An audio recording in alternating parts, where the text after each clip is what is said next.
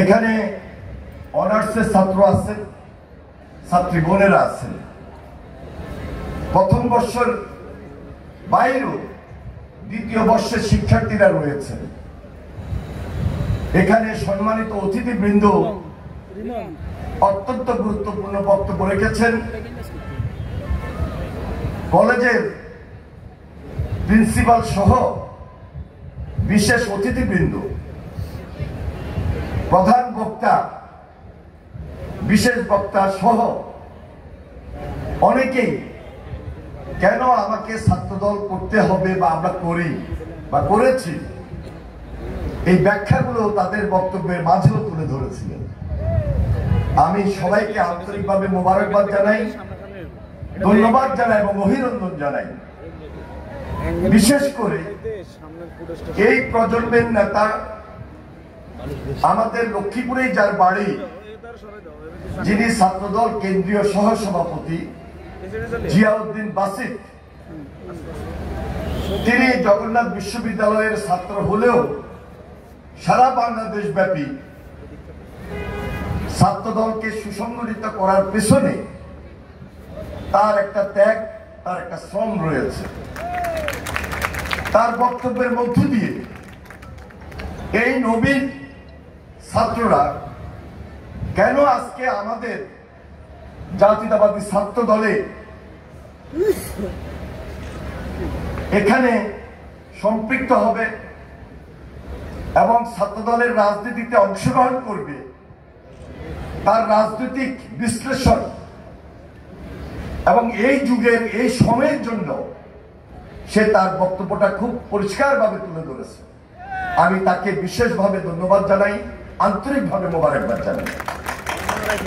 এবং তার সঙ্গে যারা এসেছেন, হয়তোবা আমরা আরো দু চারজনকে বক্তব্য দিলে তারা ভালো লাগতো, আমরা আরো বেশি শুনতে পারতাম, কিন্তু যে সময় এবং বিশেষ করে এই যুগের এই সময়ে আমাদের শিক্ষার্থীরা আসলে খুব বেশি বক্তব্য শুনতে চান না, প্রখর রৌদ্র। তবে ভাগ্য ভালো যে গতকালকে যে বৃষ্টির একটা আবহাওয়ার যে একটা অবস্থান ছিল, আমরা মনে করেছিলাম আজকে হয়তো বা অনুষ্ঠানটা পরিচালনা করার ক্ষেত্রে বৃষ্টি বাধা হয়ে দাঁড়াতে পারে, কিন্তু না, আজকে একটা সুন্দর পরিবেশে আমরা সবাই এখানে একত্রিত হয়েছি। আমরা সবাই আজকে এই অনুষ্ঠানটা উপভোগ করছি। এই অনুষ্ঠানটা আনন্দের,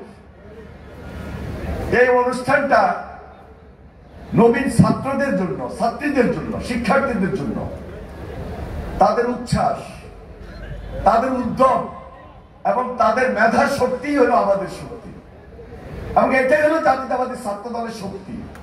এই প্রেরণাটাকেই আমরা ধারণ করি, এই চেতনাটাকেই আমরা ধারণ করি। জাতীয়তাবাদী ছাত্র দল শুধু একটা সংগঠনে নয়, এখানে স্বাধীনতার চেতনা আছে, এর মধ্যে গণতন্ত্রের চেতনা আছে এবং এর মধ্যে দেশপ্রেমের চেতনা আছে। সবকিছু মিলে এই জাতীয়তাবাদী ছাত্র দল যেটা শিখিয়ে দিতে চায় এবং ছাত্রদের জন্য কাজ করতে চায়, সেখানে একটা শৃঙ্খলা, সেখানে একটা নেতৃত্ব, সেখানে একটা মেধাবী নেতৃত্ব ফুটে ওঠা, গড়ে ওঠা, শিক্ষা, সংস্কৃতি, এই যে দেশপ্রেমের কথাটা বারবার বলছি, এটাই তো আমাদের জন্য এই মুহূর্তে শিক্ষণীয় জিনিস। সেজন্য জাতীয়তাবাদী ছাত্রদল আমরা যারা করেছি, বর্তমানে আমরা যারা করছি, প্রেসিডেন্ট জিয়াউর রহমান তার জীবদ্দশায় ওই চ্যালেঞ্জটা নিয়েই ঢাকা বিশ্ববিদ্যালয়ে তিনি সেদিন 1979 সালের 1 জানুয়ারি বাংলাদেশ জাতীয়তাবাদী ছাত্রদল প্রতিষ্ঠা করেন। এটা মেধাবীদের সংগঠন। এই মেধা এবং নেতৃত্ব দিতে গিয়ে জাতীয়তাবাদী ছাত্রদল পদে পদে বাধাগ্রস্ত হয়েছে। শাহাবুদ্দিন সাবু এবং এম এ হাসান এখানে উপস্থিত রয়েছেন, যারা একসময় প্রেসিডেন্ট জিয়ার সঙ্গে রাজনীতি সরাসরি ভাবে করেছেন। তারা সেই ইতিহাসটা তার বক্তব্যের মধ্য দিয়ে এখানে তুলে ধরেছেন, কিভাবে ছাত্র দলটা সৃষ্টি হয়েছে। জাতীয়তাবাদী ছাত্র দল ঢাকা বিশ্ববিদ্যালয়ের টিএসসিতে একটা বৈঠক ডেকেছিল। সেই বৈঠকে প্রেসিডেন্ট জিয়াউর রহমান প্রধান অতিথি হিসাবে উপস্থিত ছিলেন। প্রথম মুহূর্তে ছাত্ররা প্রেসিডেন্ট জিয়াকে, তার রাজনীতিকে এবং তার নেতৃত্বে ছাত্র রাজনীতিকে গ্রহণ করেন নাই, তাকে শুধু বাধাই দেন নাই, শুধু প্রতিবাদই করেন নাই, আশেপাশে ইট পাথর পর্যন্ত নিক্ষেপ করেছিলেন জিয়াউর রহমানের উপর। জিয়াউর রহমান সেখানে রক্তাক্ত হয়েছে, জিয়াউর রহমান চ্যালেঞ্জের মুখে পড়েছেন। এটা ইতিহাস, এটাই ছাত্র দলের ইতিহাস। কিন্তু জিয়াউর রহমান তার স্টাফদেরকে সঙ্গে সঙ্গে কাউন্টারে যাওয়া, অ্যাকশনে যাওয়া, সেই সিদ্ধান্ত তিনি দেন নাই, সেই সিদ্ধান্ত তিনি গ্রহণ করেন নাই। ঢাকা বিশ্ববিদ্যালয়ের মেধাবী ছাত্ররা, মেধাবী ছাত্রীরা, শিক্ষার্থীরা তৎক্ষণাৎ কি কর্তব্য বিমূঢ় হয়ে পড়ে, তারা চিন্তিত হয়ে পড়ে।